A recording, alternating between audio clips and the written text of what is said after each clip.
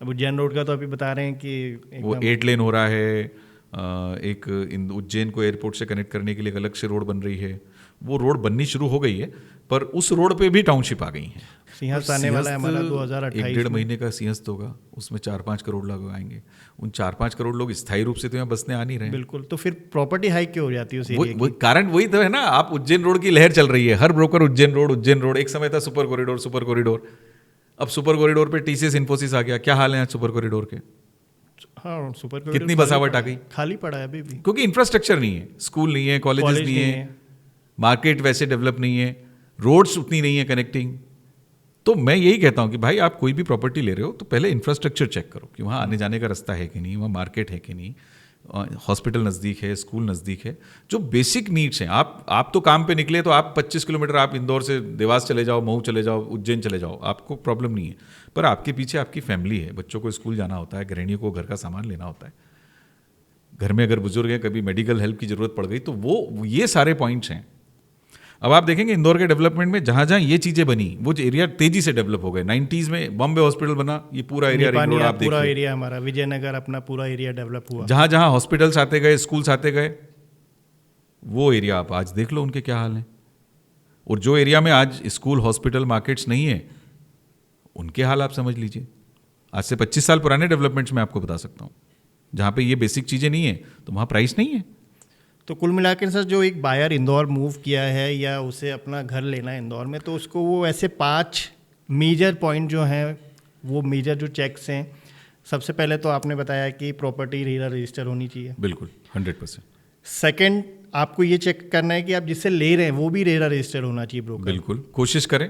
अगर आप किसी नॉन रजिस्टर्ड ब्रोकर से लेते हैं तो उसकी कोई लाइबिलिटी नहीं है, वो तो हाथ झाड़ सकता है। बिल्कुल।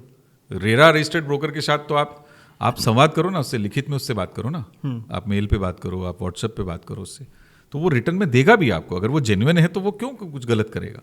तीसरा है सर, प्राइस को लेके वो क्या चेक रखे, जैसा आपने बताया कि प्राइस को लेके चेक आप बहुत सीधा सा सिस्टम है कि अगर वो आपका प्रिफर्ड एरिया में प्रॉपर्टी है, जिस एरिया में, मतलब अब लोगों के प्रिफर्ड एरिया होते हैं। जो मैं खंडवा में रहता हूँ तो आई प्रिफर खंडवा रोड, क्योंकि मुझे बड़ा वो कन्वीनियंट और कनेक्टेड लगता है। मैं उज्जैन में रहता हूँ तो मुझे उज्जैन रोड या सुकलिया या विजयनगर वाला एरिया मुझे कनेक्टेड सा लगता है। देवास भोपाल से आने वाले को ये ईस्टर्न पार्ट हमारा इंदौर का बेटर लगता है, क्योंकि घुसते ही उसको लगता है कि हाँ इंदौर में आ गया और मेरा घर इंदौर में या मेरी प्रॉपर्टी इंदौर में। तो हर आदमी का अपना एक प्रिफर्ड एरिया और एक कंफर्ट एरिया होता है, सबसे पहली तो वो चीज़। ठीक है। अब आपका जो भी प्रिफर्ड एरिया, कंफर्ट एरिया है, उस एरिया में आप जो भी प्रॉपर्टी देख रहे हैं, पहला चेक तो मैंने आपको बोला रेरा देख लीजिए कि रेरा रजिस्टर्ड है कि नहीं। अगर आप सीधे बिल्डर के पास जा सकते हैं तो आप बिल्डर से भी बात कर सकते हैं, और मान लीजिए किसी बिल्डर के यहाँ आपको रिस्पॉन्स नहीं मिल रहा है तो फिर आप एक ब्रोकर को लीजिए। पर ब्रोकर भी आप वेबसाइट से लीजिए, रेरा की वेबसाइट पे भी चेक कर सकते हैं, या उस जिस एरिया में आप देख रहे हो वहाँ कई बोर्ड लगे हुए मिल जाएंगे आपको ब्रोकर्स। आजकल इवन मार्केटिंग कंपनीज भी रखते हैं तो डेवलपर्स, उनमें अगर कोई रेरा रजिस्टर्ड है तो आप उससे बात कर लीजिए।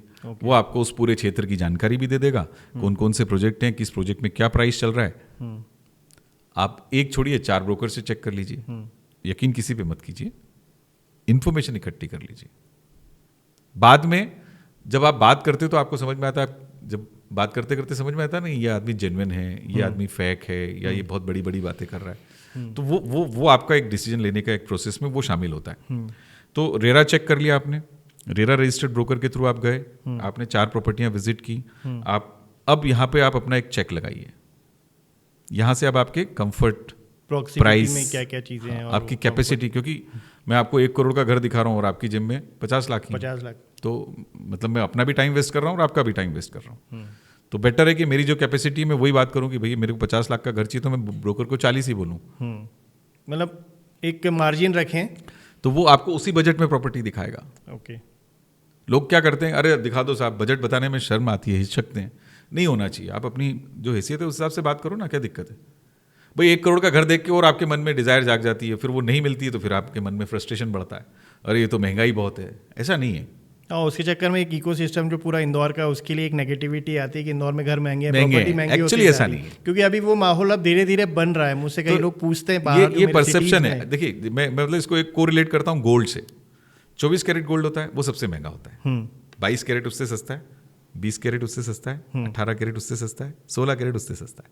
मतलब जितनी उसकी शुद्धता कम होगी उतना वो सस्ता होता और जाएगा। अगर जनरलाइज बोले तो लोग बोलेंगे कि गोल्ड खरीदा, हाँ, तो same real same thing with the real मतलब वो ये नहीं बोलेंगे 24 कैरेट गोल्ड खरीदा है या 22 खरीदा, सेम रियल एस्टेट में भी वो चीज़ लागू होती है। बिल्कुल।